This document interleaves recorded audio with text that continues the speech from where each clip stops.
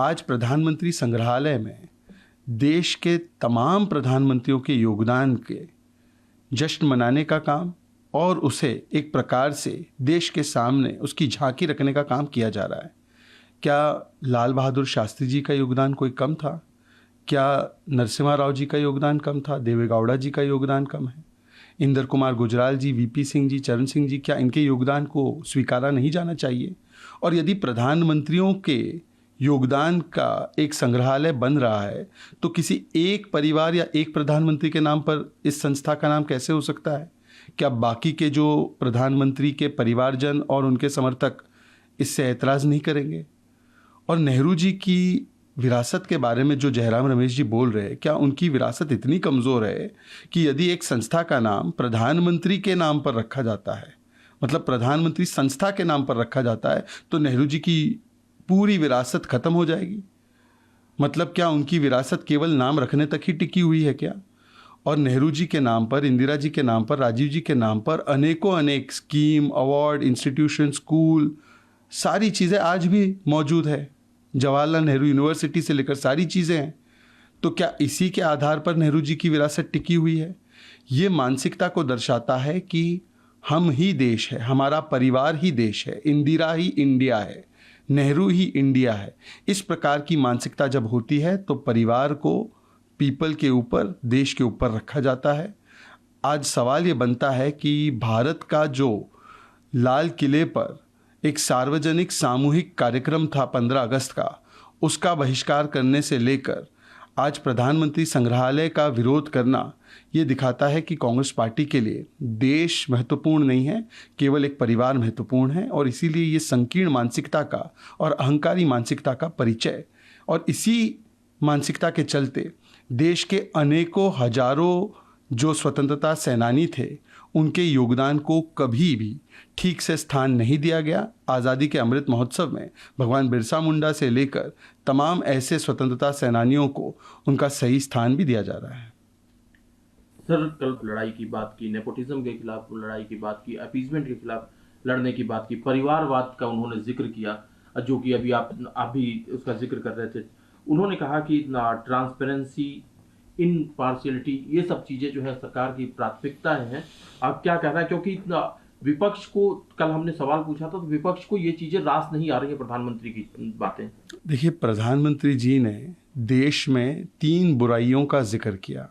उन्होंने कहा कि परिवारवाद से मुक्ति मिलनी चाहिए, भ्रष्टाचार से मुक्ति मिलनी चाहिए और तुष्टीकरण से मुक्ति मिलनी चाहिए। अब देखिए, किसी पार्टी का तो नाम लिया नहीं गया, परंतु जो लोग इस परिवारवाद, भ्रष्टाचार और तुष्टीकरण के सबसे बड़े पोस्टर बॉय और पोस्टर गर्ल है, शायद उनको ही ये बात चुभी होगी और इसीलिए उनकी तरफ से प्रतिक्रिया आई। और देखिए, एक तरफ तो हमारा डीबीटी है, डायरेक्ट बेनिफिट ट्रांसफ़र, जिससे 30 लाख करोड़ जमा हो जाते हैं लोगों के खातों में और 1 रुपया भी भ्रष्टाचार की भेंट नहीं चढ़ता। और दूसरी तरफ विपक्ष, जिसे अपना डीबीटी मान कर चल रही है, डायनेस्टी, भ्रष्टाचार और तुष्टीकरण। और शायद इसीलिए जब प्रधानमंत्री ने तो कहा कि पूरे देश को इन 3 बुराइयों के खिलाफ लड़ना है, तो तुरंत विपक्ष ने इसको पर्सनली ले लिया। कहीं ना कहीं कहते हैं ना, चोर की दाढ़ी में तिनका, ये मुहावरा है, इसे मुहावरे की तरह ही लीजिए। सर, प्रधानमंत्री उस कार्यक्रम में मौजूद नहीं थे विपक्ष के नेता के तौर पर, लेकिन उन्होंने ये कहा कि ये आखिरी बार प्रधानमंत्री जी ने झंडा फहराया लाल किले की प्राचीर से, अब वो अपने घर में झंडा फहराएंगे। यही बात कहीं ना कहीं अरविंद केजरीवाल की पार्टी भी कह रही है। हालांकि अनुराग ठाकुर उनको सलाह दे रहे हैं। अनुराग ठाकुर ने तो कहा है कि जो कांग्रेस पार्टी को समझना पड़ेगा कि पब्लिक लाइफ में क्या कमेंट किए जाते हैं, राक्षस जैसे कमेंट भी आए। क्या कहना है सर आपका? देखिए, जब आप जनता के लिए काम करते हैं, जनता की सेवा करते हैं, वादों को पूरा करते हैं, तो जन विश्वास पैदा होता है। और जन विश्वास के आधार पर जो जनता समर्थन देती है, उसके प्रति यदि आस्था प्रकट करते हुए प्रधानमंत्री जी ने एक वक्तव्य दिया है, तो ये तो हमारा जनता के समर्थन के प्रति आस्था और विश्वास को जताने वाला बयान है। परंतु जिस प्रकार से जो जनता को ही राक्षस मानते हैं, वो अहंकार भाव में जिस प्रकार से मल्लिकार्जुन खड़गे जी जो देश के लाल किले से होने वाले सार्वजनिक सामूहिक प्रोग्राम का एक प्रकार से बहिष्कार भी करते हैं। ये वही लोग हैं जिन्होंने भारत माता की हत्या की कामना भी की। ये भारत की सेना के खिलाफ भी बोलते हैं।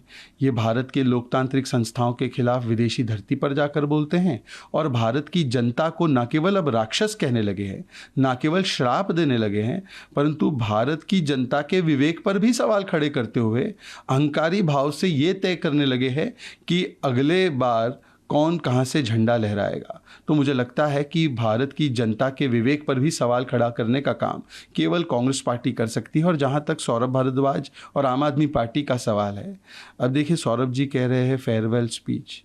अब कितने दिनों में आम आदमी पार्टी फेयरवेल करके इस नई नवेली गठबंधन से निकल जाएगी, इसी का कुछ हमें भरोसा नहीं है।